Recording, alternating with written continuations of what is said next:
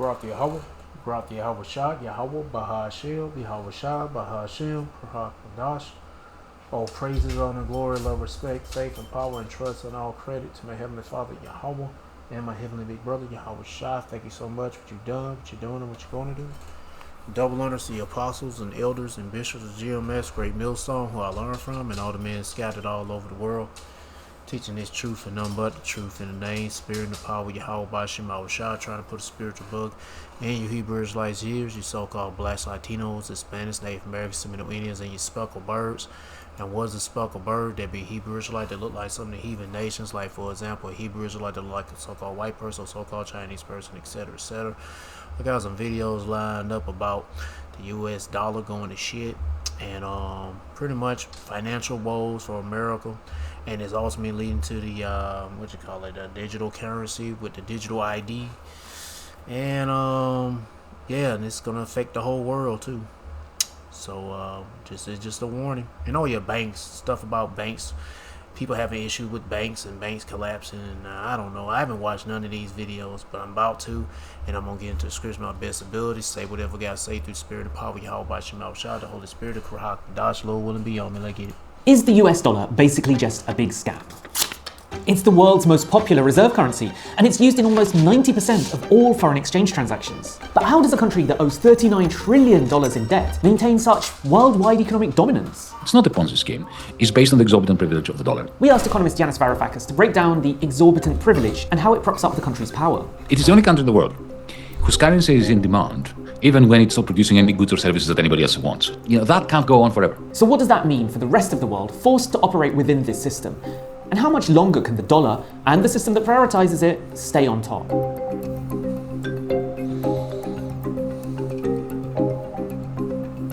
Let's start with international trade.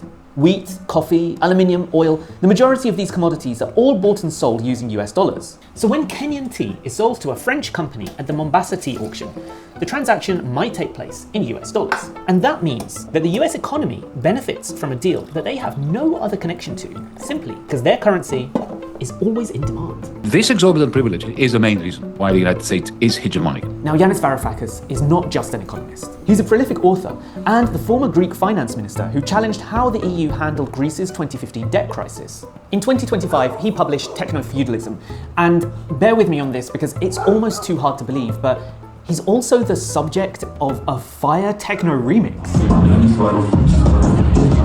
Okay, so we didn't ask him about how people feel about clubbing in his name, but we did ask him, why do so many countries sign on to using the US dollar in the first place? And to answer that, we have to go back to 1944. Immediately after the Second World War, when America was the only country that was still functioning and was the only creditor nation state, powers that be in Washington, they designed the post-war international financial system. That system pegged the US dollar to a fixed gold standard, 35 US dollars for every 1 ounce of gold. The idea? Stabilize exchange rates around the world and use international trade to build up economies ravaged by war. You see, the fighting had left the US mainland pretty much untouched, while its industrial capacity had been majorly boosted by the war effort. The Americans were the surplus country, the country that had net exports. Their industry was flying high. So essentially they sent us dollars here in Europe to buy their stuff. To the extent that the Europeans and the Japanese bought more American goods than Americans bought European or Japanese goods, they had a surplus. With every American car, washing machine, aircraft that we foreigners bought, the dollars they had sent us went back. And at first, the system actually worked. But by the end of the 1960s, US manufacturing output was starting to slow. By the way, this is how the US eventually started its current trade deficit. You know, that word that everyone throws around but we're all too embarrassed to ask what it actually means? It's basically just when a country imports more goods than it exports. So at that moment they had two choices. One was to be Germanic and tighten their belt, to carry out austerity. Nixon, and indeed no one in the United States administration or opposition, considered that, because that would simply mean impose austerity upon yourself. Essentially, you shrink your demand, your investment, your hegemony. The alternative was to say, okay, look, we have a deficit. You know what? We're going to make it bigger. We're going to go deeper into the red, and we're going to make the rest of the world pay for it. We must protect the position of the American dollar as a pillar of monetary stability around the world. Nixon started unpegging the US dollar from the gold standard. They're all over the floor, all of them. By doing so, it became a fiat currency, meaning US dollars were no longer constrained by a physical commodity. Instead, the currency would essentially be backed by how much trust you have in the government that issued it. Without the built-in restrictions of actual commodities, the US government could technically issue unlimited treasury securities, also known as unlimited debt. Because remember, treasuries is just a fancy way of saying you're lending the government some money and it's promising to pay you back down the line with some interest. So yeah, basically just a big old IOU from the literal US government. So essentially, the United States after 1971 increased its deficit, and they were paying with dollars. That system is still in place today, and it's a tricky loop. You see, foreign buyers keep dollars on hand for certain big-ticket commodities that require it, like oil. But the US has been in a trade deficit every year since 1976. So where else can those buyers safely park their cash and still get a modest return? Say hello to those treasuries. Because of the hegemony of the dollar and the centrality of the dollar and the exorbitant privilege of the dollar, the trade deficit becomes essentially a torrent of capital that finances the budget deficit and therefore the military of the United States. So the US debt continues to grow, reinforcing the dollar's power. But why does the rest of the world still go along with subsidizing the US economy in this way? That brings us to an investment paradox. Paradoxically, the greatest stewards, defenders of the exorbitant privilege of the dollar are non-Americans. This is due, in part, to the massive investment other countries have in US debt, and also partly because at least 66 other countries have pegged their currency to the US dollar. This is called dollarization. And that leaves them at the mercy of fluctuating US interest rates, which are set by the Federal Reserve. Wait, hold on a second. I need to explain something really quick to you. I'm gonna stop right here, but if you want to watch the rest of the video, be my guest. They go to title up, they go to channel. I got all these other videos I need to get into. But it's all they're tied into the U.S. currency going to shit. Or switching over to some digital. What is this? Are you making digital currency? Let me see. Yeah, let me play this one. Real result. I'm not trying to really play these videos in a certain order. Well, certain orders that by days. By which one's the oldest. That's what I'm doing. But anyway. Oh yeah, and this guy, I played a video for me. I'm just curious about what this is about. Because he's a Christian Edomite that claims that the mark of the beast is not a chip implant or nothing else. We're going to have to find out later what's the mark of the beast when it appears. That's the only way you're going to know what the mark of the beast is. That's what he was saying when he was breaking down the mark of the beast for 1 fucking hour. Yeah, I did a video about this shit. I was like, this nigga's a goddamn joke. Shit. Anyway, let's see what he got to say about this. As we watch the population of the world grow and grow and Oh, grow, and he got a background of a lion behind him. But he's all in black. because of technology, what we're seeing is the world seems to be getting smaller. And governments are trying to control this population in many ways. But the United States and the United Kingdom seem to be doing it by limiting how you can spend money, ultimately trying to move to a cashless society. And this is not good news, because a cashless society means that the government controls your income. Right now, if you were to look at your bank account, what you'd see a number online, but you don't really have any money in your hand. And this is the problem, because once we move to a cashless system, there's going to be certain identifications that you're going to need, possibly. Yeah, you're going to need a digital ID. And that final form of a digital ID is that chip implant, which is called biblically the mark of the beast, which he don't believe that's the mark of the beast. Well, he probably know it now, but maybe not. Anyway. Even on your person, there's going to be on your person or in your person, inside of you. Only certain ways you can spend money. And then if for some reason the government wanted to take all your money away, they could. And this is not could, they will. Ultimately enslaving humanity. So we're going to take a look at how the United States and the United Kingdom are moving to a cashless society. Well, first and foremost, the United Kingdom is leading the way in one aspect of it, and the United States is leading the way in another aspect of it. When you put the two together, it spells trouble. The United Kingdom, let's focus on them first. Moving to digital identifications. In addition to that, when it comes to a cashless society, they're trying to move completely away from it, with right now only 9% of the entire population of the United Kingdom using cash. And typically what it is it's elderly people or people on the streets who only deal with cash. That's when the chip comes in. Yep, the chip implant. That's when it comes in. Other than that, everybody else is It'll be more convenient. All you gotta do is get the chip. Blunk. It doesn't hurt much. That's what they're gonna say. It's just it's the size of a grain of rice, and they just put it in your hand, inside your hand, not on the outside. It's gonna be inside, anywhere else in your body, and then after that's done, that procedure is done. Now all you gotta do is just put your hand out where the chip is at and bloop, get it scanned, and easy peasy, lemon squeezy, until the missiles come and blow your ass to smithereens. Yes, I'm just fucking rhyming. I'm like, just deal with it. using some sort of digital currency, whether it be a debit card or whatever the case may be. The United Kingdom's goal is to ultimately do away with all cash, to some suggesting that by the end of this year they will be printing no more cash. Digital only, and digital ID necessary to spend that cash. Now, I don't know if you read the book of Revelation, but this ultimately leads to what many would consider the mark of the beast. If you don't have the mark, you can't buy, sell, or trade goods. Oh shit, he's about to get into the mark of the beast. Hold on one second. I forgot to get my cooler out the truck. I'll be back, Lord willing. Alright, I'm back. But like I was saying, in a previous video that was done months ago, he was explaining what the mark of the beast is. He couldn't tell you what it was, or what it is. As a Christian, this concerns me, and it should concern you too. If you're not a Christian, this should concern you as well. And it's clearly the chip implant. Goodness gracious, if it's talking about buying and selling, and then everything's going digital. It ain't talking about no fucking cell phone. It ain't talking about no fucking car. It's talking about an implantable microchip that's going in your right hand, or your left hand, or your feet, or your butt cheeks, or your titties, big titty, small titty, anywhere you like to have it. And your man boobs, anywhere you want to have it, it can go anywhere in your body. But majority is going to be in your right hand or your left. And in your forehead, your brain chip. Because again, this is a form of controlling what it is you spend, monitoring what it is you buy, and ultimately enslaving you because they control all of your money. Not some of it, all of your money. Oh shit, well fuck all your money. Hell, they're gonna be just controlling your ass. The money don't mean shit. They just gonna be controlling you. You gonna be thinking the money is worth everything to have it. They don't care about the money. All they want to do is control your ass. More so, the United States. And they will control you through your money. In whatever hell other ways. Because the money ain't nothing but a tool. What we're looking at in the United States is they're leading a different type of charge.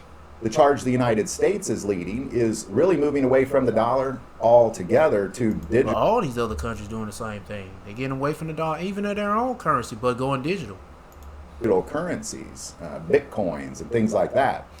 I remember when my kids would play video games and they'd want to buy certain things that would help them with the video game, and I'd think, well, you're not actually buying anything, you're just buying a digital thing. Here we are now. And We got some Super Mario money, and what's that gonna get you? A bag full of worms you can munch on. we see this And is I ain't talking about those gummy worms that got that sugary sour shit. I'm talking about the meal worms that chickens and certain fish will eat. Something. It's wildly popular in America. People love to buy digital things, whether it be their media, whether it be their games, whether it be whatever. Right now, America has a shortage of over 20,000 gunsmiths. And that means tens of thousands. Oh, I was wondering what he gonna say. If you just look at simply media, the vinyl record industry is growing because people want to hold on to their actual media because it makes them feel like they bought something. Some people, depending on your age, bought media for the very first time in your life ever. Now, right now, the Federal Reserve still prints cash and still mints coins. But this is something they will be trying to... What? They mint coin? But, well, which one they start minting? Pennies. They talking about the dime. No, not the dime, the nickel. And then they gonna work their way up to fucking all of them. They gonna get rid of all of them. get away with. As the form of control of our population continues to grow, what you're going to see is this cash just one day disappear. I believe in the United Kingdom, potentially by the end of this year, I would be willing to bet any cash I happen to have on hand, which isn't very much at all, I would be willing to bet that it'll be for sure gone by the end of 2027, where you only can Or the beginning of 2027. spend digital money, and that's it in the United Kingdom. And the United Or either at the later times of 2026. I'm hoping, praying, because hey man, when it comes to this devil got a short time to rule. So he got to speed things up, and the Lord's making him speed things up. States, this may hang on for a while because of the Christian base. Oh, stop! Bleh. But ultimately, there is going to be an effort, and it'll. It ain't holding for a while for the Christian base. No, it's based off the time of Yahweh Shema Shah, by the will of Yahweh Shema Shah. The Lord, the one that's making the moves. They ain't got nothing to do with no Christianity insanity. Anyway. Probably take something big to happen. Some sort Yeah, false flag event. of major event that causes. Yeah, like a cyber attack or, yeah. That can affect the banking system. Power grid goes out and the communications go down. Leave the world behind. The government, in order to protect us, will do away with cash as well. So, my recommendation as a Christian. But it's funny thing, if it's a cyber attack, cash will be good to use because the grid is down. You know, the communications down, and you can be able to trade with the cash. But I don't know, man. But whatever. Is you consider taking some of your savings and investing in things like gold and silver. This will always have value. Always. Ammo's not a bad investment either. There's certain things that will hold their value and raise in value every day. Can't use to get some food. Gold, silver, and bullets seem to be three of those things. Land is another one. Real estate. That's You know, I mean, what about food? sort of thing. But even then, if you sold it, you're just going to get digital money. So I guess I'm just And then plus land. What good is land when in order to own the land, you got to have a chipping plant. And they're going to take your land anyway. Shit. You will own nothing and be happy. Remember that. going to go back to bullets and coins. So there you go, man. Love to know your thoughts on all this. Any comments or thoughts? Or Alright, he ain't got nothing to say. I was just like curious about what he gonna say. Well, let me get to this next one. Let me see what little shorty got to talk about. America's inflation. I haven't said that in a long time, shorty or shouter. Shit, I ain't said that in a long time. Crisis is worsening as 2026 progresses, and the latest economic data suggests the problem is spreading far beyond a temporary spike in oil prices. Consumers across the country are now feeling the effects of rising fuel costs, more expensive groceries, higher rents, and increasing transportation prices. At the same time, that attention, real wages are beginning to decline. So this is the worst case scenario. The economic fallout from the US-Israel war against Iran is now hitting the American economy directly, especially through higher energy prices that are tied to disruptions to Trump's blockade on blockade of the Strait of Hormuz, which is, of course, as we know very well by now, one of the world's most critical oil transit routes. According to the latest data from the Bureau of Labor Statistics, the Consumer Price Index, CPI, rose 3.8% compared to a year earlier, marking the fastest pace of inflation since 2023. Gasoline prices alone surged nearly 28% over the past 2 months. Oh God dang it.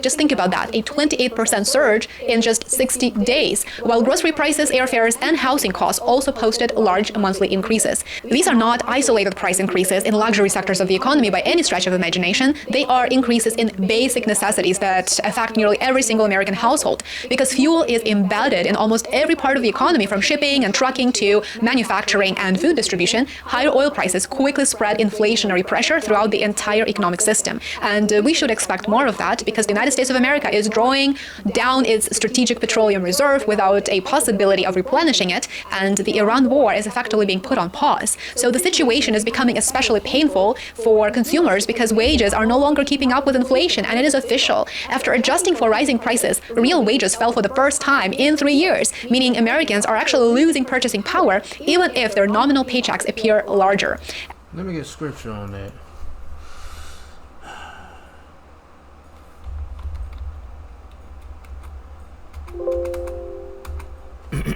Hagar chapter 1 verse 6. Ye have so much and bring in little. Ye eat, but ye have not enough. Ye drink, but ye are not filled with drink. Ye clothe you, but there is none warm. And he that earneth wages to put into a bag with holes. So you work so much for very little, and not enough for food to feed your face and your belly, and not enough water or liquids to keep yourself hydrated, or to keep the utilities of running, the water to run, or whatever you resting at. And what else? Oh yeah, clothing. Not enough, can't afford to buy new clothes because the old clothes got holes in it. And yeah, you ain't got enough money for that. You damn sure ain't got enough money for savings. And if you try to hold on to whatever you earn, guess what? It's going into something else that you need. The basic necessities, the standards of life will become a luxury. Yep, that's how it is in America now, and all over the world. And deal with it, and deal with it. At the same time, households are already under pressure from years of elevated living costs, from, of course, expensive housing, expensive and unaffordable U.S. healthcare, insurance, and food. The latest inflation surge is therefore arriving, I would say, at a moment when many consumers are financially exhausted. They're simply exhausted. They're barely making ends meet. The strain is also visible in household financial behavior. The United States savings rate dropped in March, which is the most recent data available as of today. It dropped to the lowest level in 3 years as consumers increasingly rely on savings and on their credit cards to maintain spending. Bill Adams, who is the chief economist at Comerica Bank, warned that consumers may temporarily absorb higher costs by drawing down savings or taking on more debt, but the strategy cannot continue indefinitely. It cannot continue indefinitely. It is just simply not sustainable. Yeah, it's going to have to give eventually. That bubble bursts. That's going to be it. It need to come on, man. Esau keep kicking the can down the road. That's why I get tired of this nigga. Hurry the fuck up. If fuel prices remain elevated for a prolonged period of time, Americans will likely begin changing their spending patterns by cutting discretionary purchases and reducing consumption. What does it do? Well, it actually slows the U.S. economy. Since consumer spending is the primary driver of the U.S. economy, any sustained pullback could actually significantly weaken economic growth. What is now alarming economists and policymakers is that inflation no longer appears limited to the direct effects of war-driven energy prices. New wholesale inflation data indicate that price pressures are actually broadening across the economy. The Producer Price Index, the PPI, for final demand rose 1.4% in April, the most recent data available, and is now up 6% over the past 12 months. Even after excluding volatile categories such as food, energy, and trade services, core wholesale prices still increased 4.4% year over year, which is the highest level since 2023. So what does it actually mean? Well, this suggests that inflation is becoming more deeply embedded across a wide range of goods and a wide range of services, rather than remaining confined to, let's just say, gasoline prices or to oil markets in general. So transportation and warehousing prices rose sharply as well, which is an important indicator. It climbed around 5%, and economists actually view this as evidence of second-order inflation effects. Higher fuel costs increase shipping and logistical expenses, which then raise the prices of countless other products throughout the economy. This process can transform what initially appears to be a temporary energy shock into a much broader and more persistent and long-term inflationary cycle. While energy remains the primary driver of producer price increases, inflationary pressures are now clearly spreading across multiple core components of the economy. These inflation trends are creating a major problem for the Federal Reserve, of course. Financial markets had previously expected the Fed to begin cutting interest rates during 2026, especially under pressure from President Trump from the White House, who has reportedly argued for lower rates. However, accelerating inflation is making that increasingly unlikely. Several Federal Reserve officials are now warning that rates may need to remain elevated for much longer than expected, and some of them are even discussing the possibility of additional rate hikes. So everything is literally on the table right now. Now, Susan Collins recently stated that after more than 5 years of above-target inflation, policymakers have little patience left for, quote, looking through another supply shock. She also warned that if inflation continues to rise, additional monetary tightening may become necessary to ensure inflation eventually returns to the Fed's 2% target rate. Now, of course, we understand that it is highly unlikely that we'll get to the 2% target rate. Is it even realistic? I would argue it's not. And also, Susan Collins' comments reflect a growing concern inside the central bank that inflation expectations could become entrenched if policymakers ease too soon. So again, we probably shouldn't be expecting rate cuts anytime soon. Financial markets are beginning to adjust to this reality. According to CME FedWatch tool, the probability that the Federal Reserve's target interest rate will actually end the year higher than is today has risen sharply in recent days. This creates an extremely difficult situation for incoming Fed leadership. On one side is political pressure to lower borrowing costs in spite of those economic realities that I just discussed. And then on the other side is the reality that cutting rates while inflation is accelerating could actually make the problem significantly worse. So the broader danger is that inflation itself begins to change economic behavior across society. Arguably, it has already started doing that. Businesses anticipating higher future costs may raise prices preemptively. Workers may also demand larger wage increases to compensate for lost purchasing power. Landlords may continue increasing rents, while transportation companies and airlines pass rising fuel expenses directly to us, to consumers. Once inflation psychologically becomes embedded in the economy, reducing it often requires very painful policy responses, including higher interest rates, slower economic growth, rising unemployment, or even recession. So the geopolitical environment also remains highly, highly unstable at this time, as you know very well, and I cover this frequently in my videos. If tensions involving Iran and the Trump administration that is unwilling to resolve the issue, the war diplomatically, if those tensions escalate further, or if disruptions to the Strait of Hormuz continue, global energy markets could remain under severe pressure for months and months, if not years. Sustained high oil prices would likely continue feeding inflation throughout the broader economy, which will further weaken consumer finances and, of course, increase political dissatisfaction with the Trump administration just ahead of the midterms. Many Americans already blame the administration for rising fuel prices and the worsening cost of living crisis domestically here in the United States, which means that economic pressure could actually increase and it could evolve into political pressure as well ahead of the midterms. So the overall picture suggests that America's inflation problem is not improving, but it is actually intensifying. It is getting worse. What initially was sold to us as a temporary wartime energy shock is now actually spreading into transportation, into services, groceries, housing, and those basic necessities that all of us have to purchase on a daily basis. Consumers are losing purchasing power as we speak. Savings are shrinking, debt burdens are rising, and the Federal Reserve is rapidly running out of easy policy options. If elevated energy prices persist through the remainder of this year, of 2026, the United States could face a prolonged period of stubborn inflation that is also combined with slowing economic growth, which is one of the most difficult economic environments for policymakers and for consumers.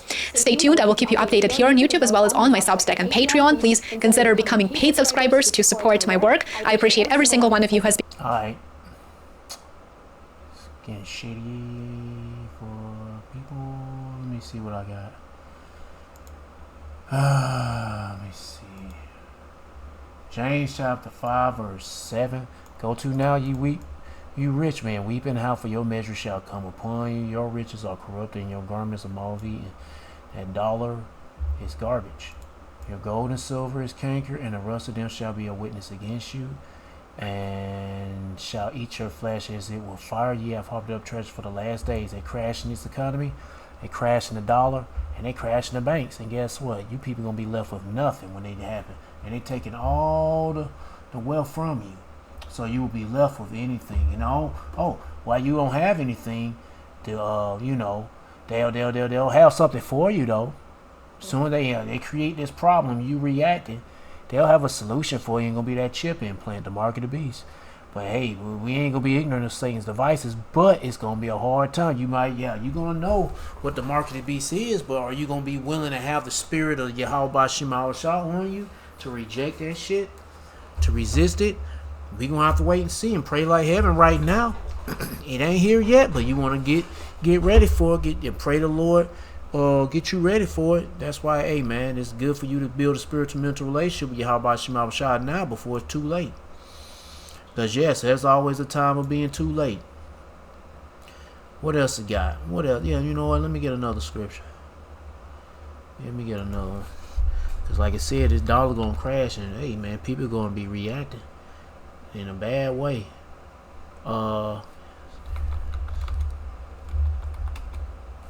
Ezekiel chapter 7 verse 18. They shall also anoint themselves with sackcloth, and horror shall cover them, and shame shall be upon all faces, and baldness upon all heads. They shall cast their silver in the streets, and whatever physical currency they got left, when they put on their person, guess what? It's gonna be garbage. Either they gonna use it for turning the coins into some shot. They're gonna be, if you know how to reload shot shells, then they gonna use whatever kind of coins as shot shell ammo for their shotgun, or either they're gonna use that damn paper money to keep themselves warm when it's winter. Use this fire tinder. Use this toilet paper. Most likely use this toilet paper. Yep. Why burn that shit where you can wipe your butt off with the greenback and wipe the brown off of it, off your backside? Yeah. But anyway, and their gold shall be removed. Whatever savings, stocks, everything that's saved digitally in the system, guess what? It's going to be wiped away. Their stocks, the investments, the retirements, all that shit going to be gone. Their silver and the gold shall not be able to deliver them in the day of the wrath of the Lord. Yahweh, you won't be able to buy your way out of judgment. They shall not satisfy their soul, neither fill their bowels, because it's the stumbling block of their iniquity. Yep. Let's get to the next one. See what this is about. We are gardeners. We are farmers. Bum, bum, bum, bum, bum, bum.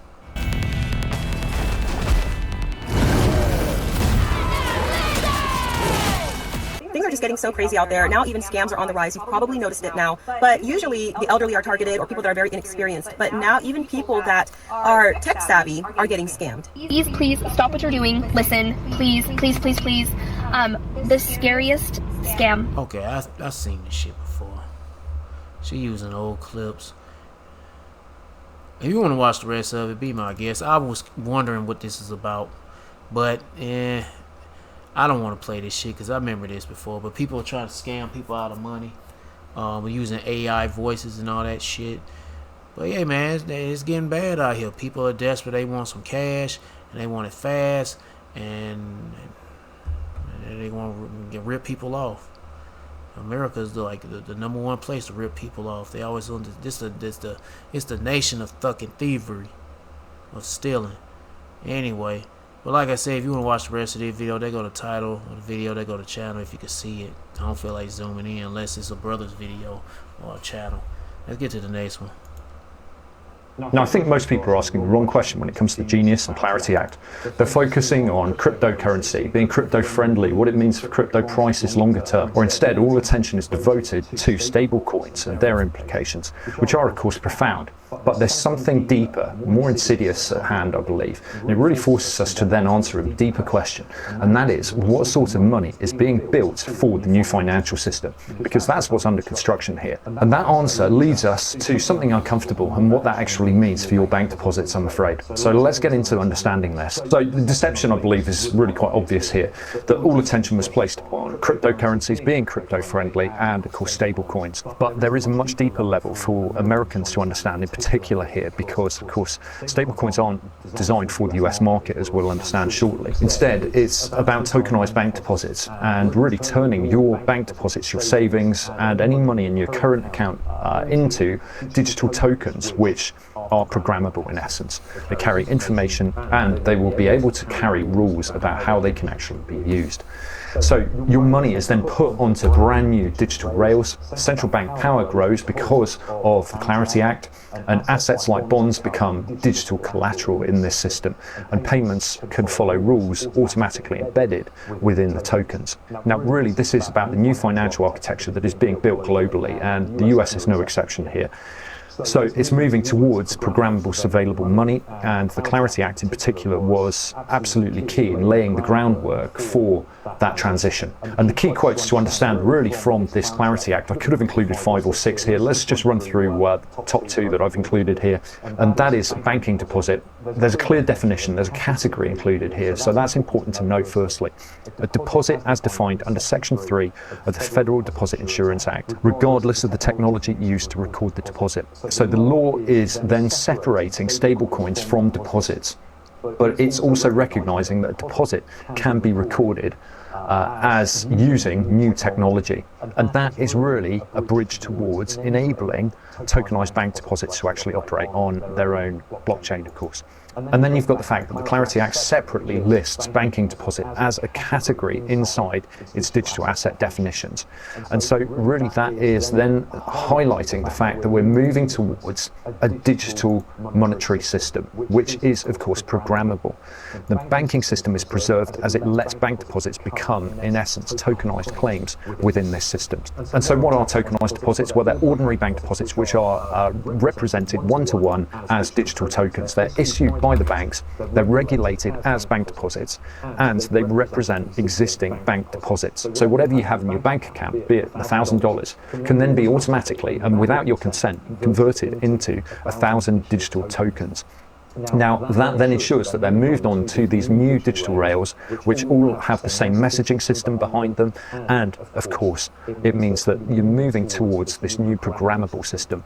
Now, deposit guarantees will continue to apply. But, of course, there was also much hype about CBDCs in the US not having a retail CBDC. But if you're a bank and you're perhaps a big shareholder of the Federal Reserve, well, would you actually want to remove your business model? Or would you actually want to enhance it and enhance the power of the central bank at the same time? Well, I think the answer is quite obvious. And so CBDC on the left-hand side, well, that's effectively a bank account with the central bank. And it means that deposits are then likely to leave the bank to go to the central bank, because that's going to be safer, because they're the ones who actually create the money. So they're the ultimate backstop in essence. It means then that the banks would lose their funding base, and the central bank would then have to take charge of retail monetary creation. So they'd be in charge of credit creation activities instead of the retail banking sector. Now, in many countries, the retail banking sector creates up to 97% of new money supply. So that would, of course, be a problem. However, with tokenized deposits, it means that banks actually maintain their existing customer relationship, their mortgages, whatever products they actually have with their bank and so on.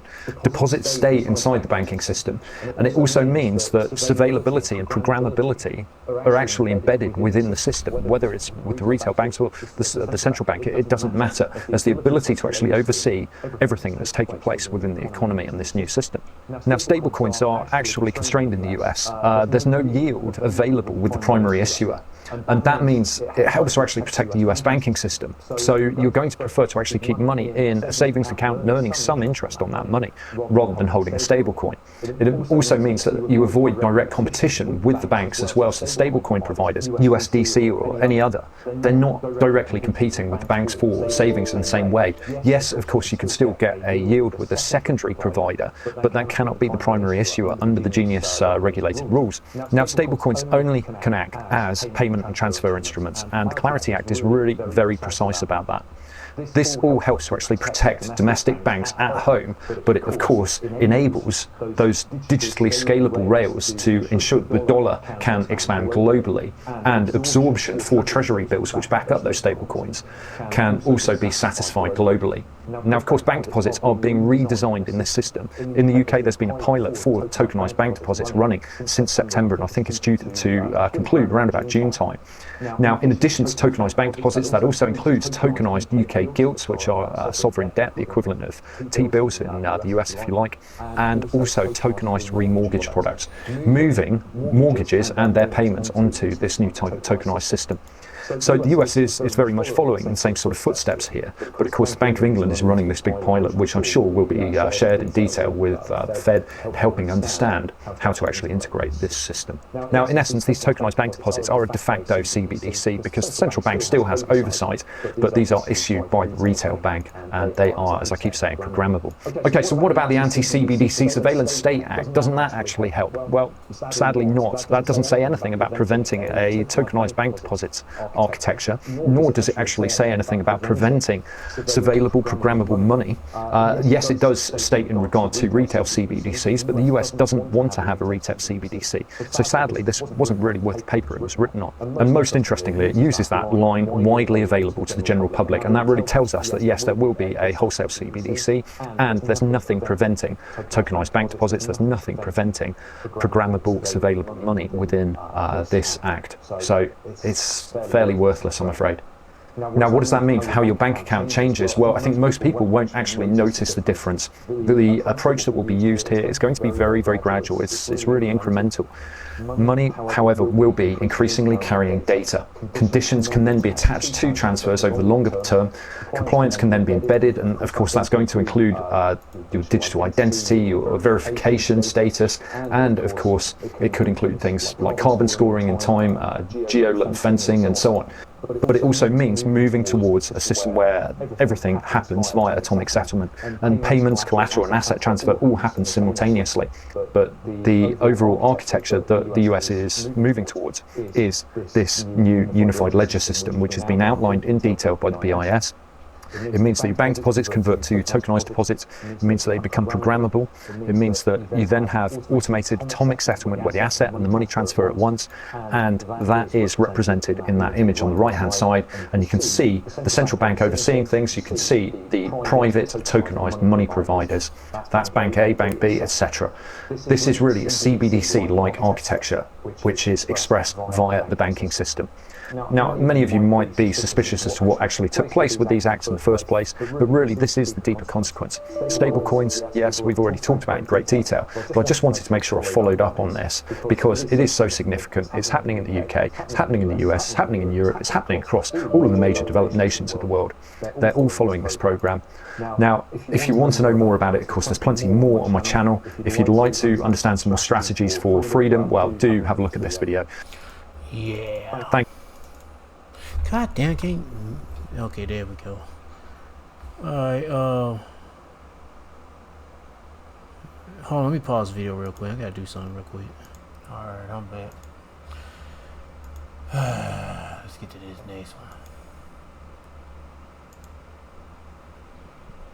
Hey everybody, Josh Sigurdsson, a World Alternative Media here, and man, I have a big one for you today, my friends. Of course, you may have heard the introduction during a speech by King Charles of the digital ID. If you haven't, you can hear him explain it right here. My ministers will also proceed with the introduction of digital ID that will modernize how citizens interact with public services.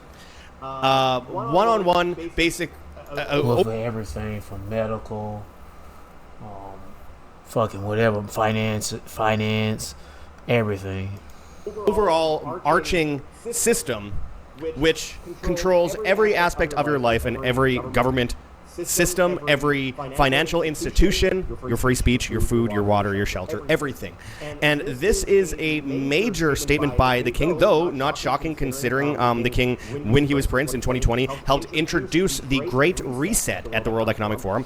This is something that I want to go into because there's so much more to this. And of course, I've gone into digital IDs to exhaust for over a decade, but of course, things are growing fast in this digital age. And of course, this also includes digital IDs in the United States, in Canada, and through private institutions, masquerading as private institutions anyway, as they force you through the banking system as well. They want to ration your food. They want to ensure that you are unable to make your own choices in life. You will be subject to the new system of governance, which will involve complete control by the technocratic powers that be. I'm going to go into this and more today, my friends. Before I do, I urge people to check the real-world solutions in the description below, heavensharvest.com/wham, W-A-M, where you can get 25% off plus free shipping on long-term storable foods that are non-GMO. There's organic kits, heirloom seeds, water filtration, the main box here. Really well-made product, my friend. I have at the top of my page, I know my video is over top of some of it.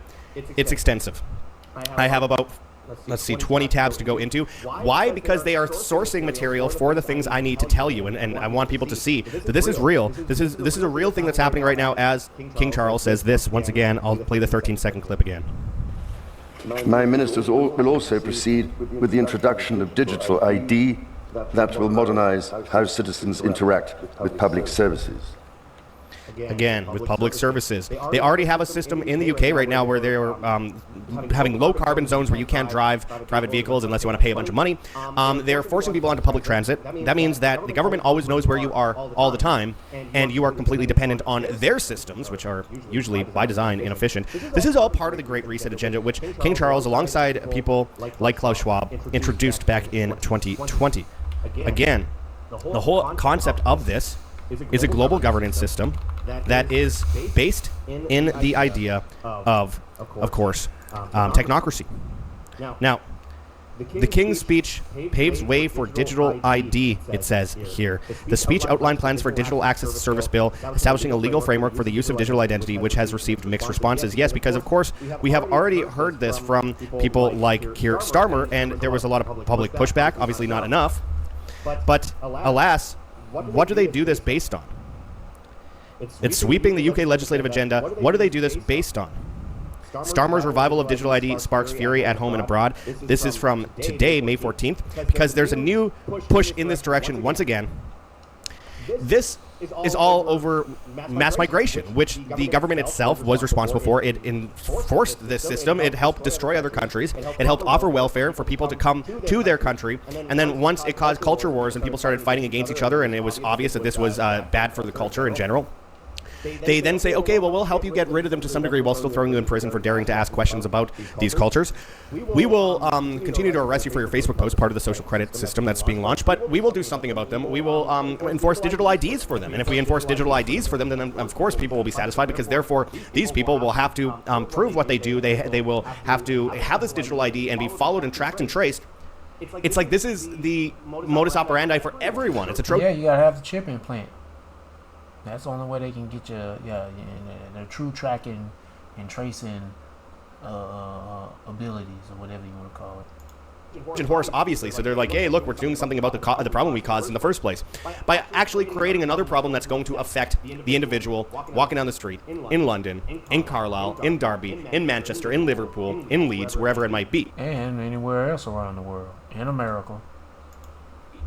And in Oxford, where I had reported on the 15-minute city development, which is all part of the same agenda, on the ground for about a month back in 2022. And it's extensive how far they've gone with that since then. In fact, they're doing it all over the world, which I've reported. Yeah, because meanwhile, they working real hard with this shit, and people are still just being rocked to sleep. But it's all the will of Yahweh Shema Shah. But anyway, when they're rolling this out, they also said, well, listen, it won't be mandated for everyone. It won't be mandated for the average person. But if you don't get on it, it'll be hard to do anything in life. You'll basically be left out of all public services. You'll be left out of the banking system, out of the job market. So basically, that's coercion. And we're going to get back into that further later on in the video, because I have some things that relate to that to a great degree. But let's get into some more of this. So as they bring in this digital ID and they're enforcing it in the UK, they also have these private companies that are doing the same thing. Trip.com plans digital ID pilot using Google and Apple wallets. And we're going to talk a little bit more about Apple later as well, because we have things from Apple.com on the digital ID. But this is how they are starting to coerce people into the system, much like Visa and MasterCard. You don't have to have a Visa and MasterCard. It's not mandated, but it's hard to do anything in life outside of using it if you go to big cities today in the West. Again, part of the demoralization, part of the normalization, part of the destruction of the monetary system in order to shift into the new one. All right, I'm going to start right there, but you see where this video going and what they talking about. Here's the title of the video. They go to the channel if you want to get the rest. Let's see what this one chick talking about. So remember a few weeks back I came across a £4 million contract that had been awarded to Deloitte, and there was no competitive tender, and it was for Project Jitterbug. And then the buyer was the British Business Bank. So this is related to what's going on in the UK or the Brit. But hey, it's still news. And hey, you got Israelites scattered all over the world. So if you ain't over there in Britain and you don't know what's going on, well, she's explaining something to you. And it's related to all this digital shit. And it's going to come down to that chip implant. Submitted a Freedom of Information request, will have received a response today. So I'll try and fit this all in as quickly as I can, but you may want to save the video. Because they told me what Project Jitterbug is, and I found it very interesting considering what I've been mapping. So the British Business Bank is owned by us, the public, and one of the schemes that it runs is called the Startup Loans. Government-backed personal loans of up to 25k for people starting a business, and the scheme's been running since 2012. So the bank doesn't lend anything directly, it pays through a regulated company. GC Business Finance, they do the lending. So the bank is bringing the lending in-house. So it means new technology, new debt collecting systems, and they're preparing this operation for FC authorisation. So once that goes through, the state will have its own fully regulated direct lending operation with your money, lending to small business owners with debt recovery built in from the ground up. So that on its own is a significant move. It's literally pulling lending activity back in after doing it the other way for 13 years. But it's Deloitte who's redesigning the whole operation. And last July they announced a strategic alliance with Palantir, naming themselves Palantir's preferred alliance partner for government and commercial clients. They've literally co-developed a product called the Enterprise Operating System, built on Palantir Foundry. So the consultants designing the new state-owned lending operation has a public formal partnership with Palantir, and the regulator that supervises the new lending operation The FCA, as we know, has announced a Palantir Foundry pilot across its enforcement intelligence in March. 3 months, £30,000 a week. So look at this timeline within 9 months. By 2025, Deloitte and Palantir announced this strategic alliance. In December, I thought this video was gonna be about banks and so it said something, but it kind of throws me off with how she talks. She got that accent, so I can't follow up on the words she say. But shit, yeah, she talking about Palantir. I'm guessing it's about AI. I mean, I don't know. December, the FCA announces a new provisional license regime to make it faster for new firms to be authorised. February, we've got the Cognizant announcing its it's something to do with financial stuff. Partnership. And then in March, Palantir wins the FCA pilot. And then last month, we've got the British Business Bank awarding Deloitte £4 million to scope the route. They said Palantir losing some. They trying to get contracts with other countries and they losing those contracts. I forgot who was it, in Germany? I think it was Germany or yeah, it was Germany. Yeah, Germany says no to Palantir. Chooses France. Okay, I think France rejected them too. A lot of these folks are rejecting US Tech. The FCA authorization for a new in-house But like the Brits, they're taking it in, I'm guessing. landing operation. Yeah, they taking Palantir in. 13 years of the same model. But either way it goes, they're all going to be in, they the same fucking system or whatever. I mean, the New World Order is not, these countries are not really playing, they're not really connecting with one another with the New World Order, but whatever the fuck it is, whatever, man. Either way, the chip implant's still going to be pushed, regardless, all over the world. And you better be ready for it. And get right with the Lord. Try to do your best you can do. 9 months in which the regulatory environment, the consultancy ecosystem, and the regulators' analytic infrastructure all moved towards the same posture, and the British Business Bank moved with them. Anyway, I'll be submitting more questions and keeping you updated. Yep. What the hell going on? Oh, this shit will start buffering. Hey everybody, Josh Sigurdsson of World Alternative Media here, and we're joined once again by Oh great, I want to buffer more.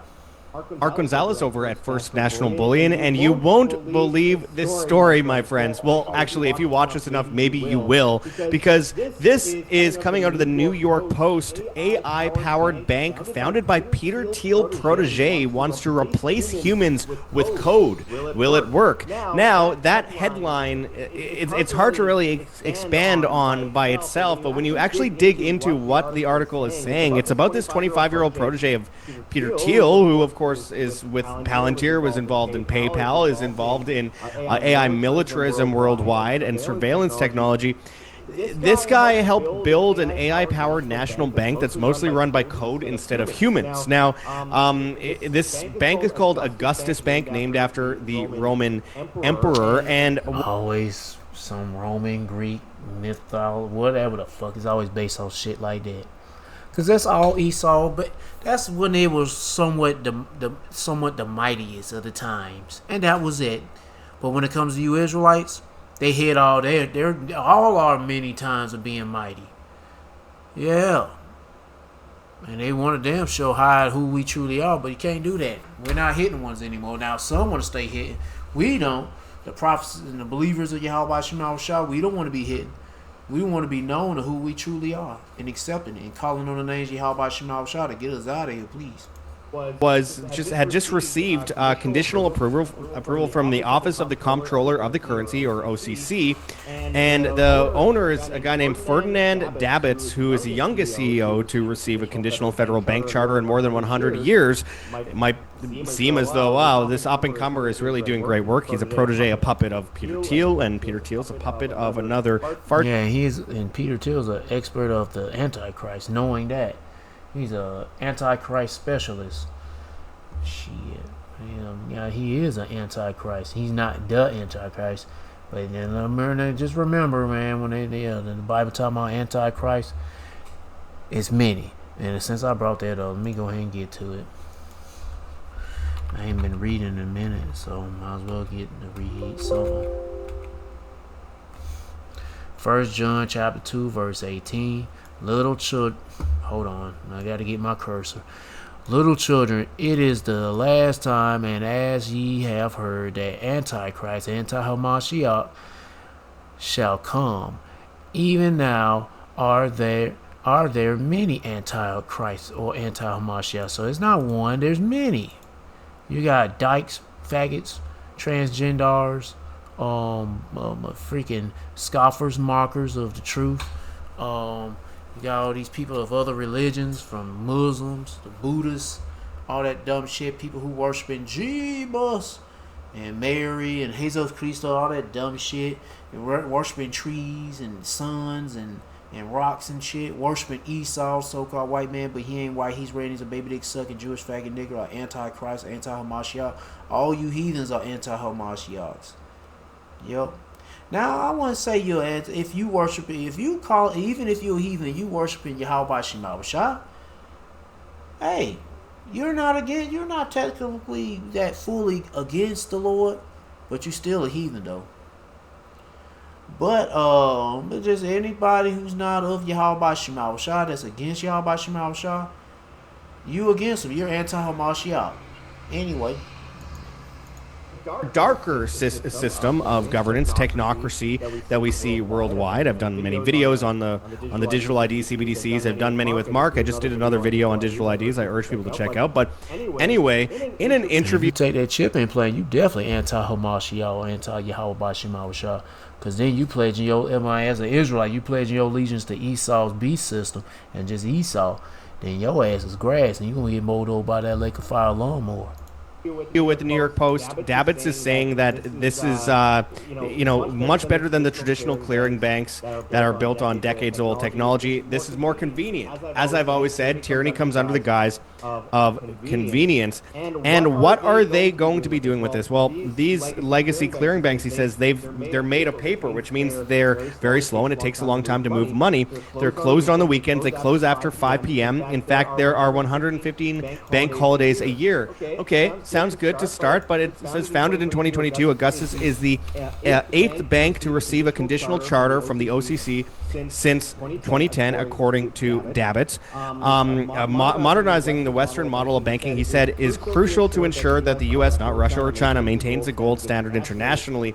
Augustus will use stable coins, stable coins, which are pegged 1-to-1 with fiat. So they're digital. They're using a digital currency. As I've many times said recently, you don't need a central bank digital currency. You can enforce, like Visa or MasterCard, just because you can't possibly, get into the system without using these cards in many cities in the world. They don't have to mandate it. They don't have to go around constitutional law. They already are there and just convenient, and that's how they get you in. So with these stable coins, they're doing the same thing. And this guy claims that it's decentralized, but it will have, control by humans and AI combined. Oh, but right. Anyway. And oversight. By humans, yeah. Well, the elite of those the elite ruling class, they're gonna be programming AI to be able to control this shit anyway. And we'll stop money laundering, which is another. Oh, that's some other bullshit. At least they should get an evangelist for it, not ignorant of his devices. Stop money. They always using that same old that bullshit, lie bullshit. Stop money laundering. And to stop crime. Man, nigga, these are biggest crime gangsters. Nigga, get the fuck out of here. They commit crimes on humanity, and this is a crime on humanity. Ultimately, get people microchipping to control their ass.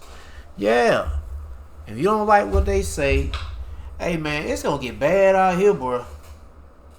Boy, it's going to get bad out. That's when we need Yahweh Shemawashah, man. It's going to get bad out here, bro. Typical thing we hear often, because everything is every transaction is tracked and traced. This is a very interesting move, and of this course, is like the time we gonna have to be pilgrims. We'll get ready to lose everything. There's a time or season for everything, and it's gonna be a time that ain't gonna be no time to keep. It's gonna be a time to lose. Shit, yeah, leave the world behind. We've been talking about the threats of AI governance and CBDCs and digital IDs for quite some time. They are awaiting, of course, moves by the Fed on this. Of course, Augustus plans to apply for a master account at the Fed, which is necessary to be a clearing bank. But this is all happening over the next few months, and Augustus has tapped several well-known figures for its leadership roles. Greg Quarles, veteran of H&R Block Bank and United Texas Bank, will serve as the firm's president, while Joe Shinone, formerly of J.P. Morgan Chase, came on board as CFO. So very interesting indeed, and this has some real-world impacts because, of course, this is one, the normalization of that digital banking system. Two, with the digital IDs that are being rapidly rolled out everywhere, this could be something that you could be forced into very soon. Of course, they could be. You will be forced into, and that's what it is. That's what they want you to get forced in. They're gonna corral, put people into this system, burn everybody, all the shit of the rural areas and all that other stuff.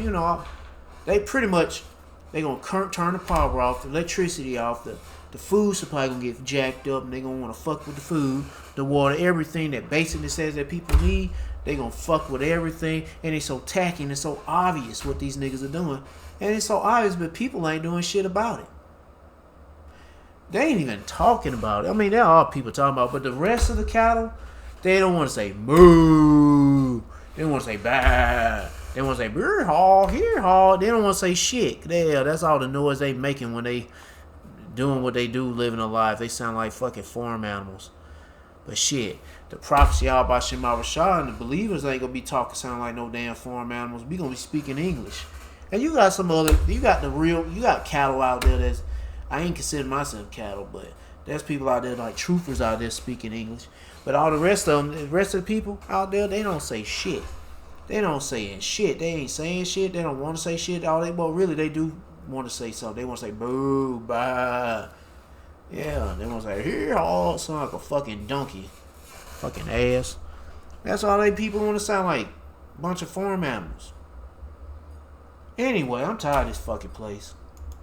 Talked about 50 in 5 back in 2023. Bill Gates said back in November of 2023 with his foundation that in 5 years he plans to have 50 countries running fully digitally within the banking framework. And of course we see both Canada, the United States, and the UK all saying they plan to roll out a full-on framework all under one roof of finance, health, food, etc., war, like defense, all these things under one roof of digital control. We have X money, we have all these.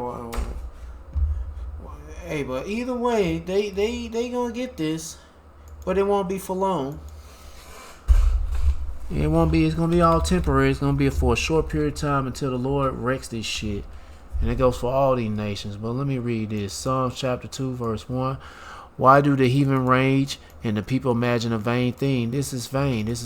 It's pointless, but the Lord is allowing this to happen because this is the will of Yahweh by Shema Shah. When it comes to these heathens, they thinking this is all their plans. This is all their agenda. No, it's the Lord's agenda. And y'all just pawns of the Lord's chess game. Yeah, y'all niggas playing checkers. The Lord playing chess. And y'all niggas ain't even moved the piece yet. The Lord already got y'all niggas king though. I forgot how the chess play. I think it's king or whatever. Anyway, the Lord already got this one. But anyway, it's pointless, but the Lord's enjoying himself watching you heathens move around, thinking that y'all gonna get something going and whatever. Anyway, the kings of the earth set themselves and the rulers take counsel together against the Lord Yahweh and against his anointed, saying, let us break their bands asunder and cast away their cords from us. They saying that, hey, the hell with the Most High and his Son. We can do whatever we want to do because we got everything at our disposal. Yeah, we can make it rain. We can do this. We can do that. Oh shit. We'll see how far y'all go when the Lord wrecks this bitch up. Yep, he that sitteth in the clouds. Not clouds. He that sitteth in the heavens shall laugh. The Lord Yahweh shall have them in derision and mockery. So that means, hey man, this is the Lord's gonna make fun of you devils, all you rest of you heathens too, because this is pointless. Anyway, let me get back to the video. I ain't gonna play this too long because I'm about to end this soon. So this is very interesting, and without further ado, we're gonna go right into this with Mark. But before we do, I urge. Okay, I'm about to end it now since he throwing his sponsorships and talking about freeze dry food. Anyway, let me get one more scripture. We at that time, this shit about to go down, bro. and you want to be caught by surprise. Habakkuk chapter 2, verse 3. For the vision is yet for an appointed time, but at the end it shall speak and not lie. Though it tarry, wait for it, because it will surely come. It will not tarry. And what speak aloud? Prophecies. Especially when they talk about the crash of their currency and the falling of the dollar, and plus the banks are collapsing. Well, guess what? They're switching over to something digital, and it's going to be tied in with a chip implant. Yep, and that chip implant going to go global, and this chip implant is biblically known as the mark of the beast. So if anybody, I just noticed. Well, I just noticed this number like 1,000 per annum is $1,441. But anyway, I'll praise you about Shema Shah, the body about Shema Shah. Well, I don't know, my eyes moving. The first thing I noticed up here was them numbers. But anyway, yeah, it's gonna be the mark of the beast. It ain't gonna be no sin. It ain't gonna be sleeping with white women. It ain't gonna be Hazel Christos, Caesar Borgia, worshiping Christmas or what they said, all this dumb shit. Or the mark of the beast is I don't know what else they say. Mark of the beast is digital ID. Mark of the beast is not the digital ID.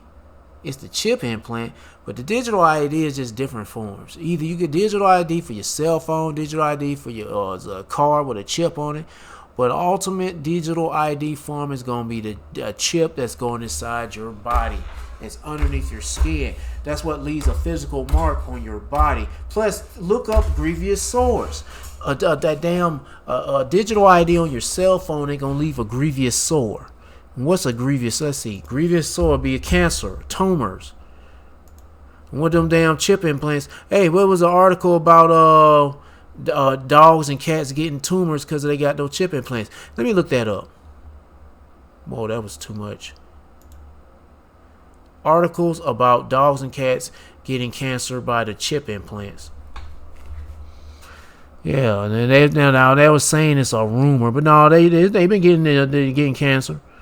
Shit, there been articles they were talking about.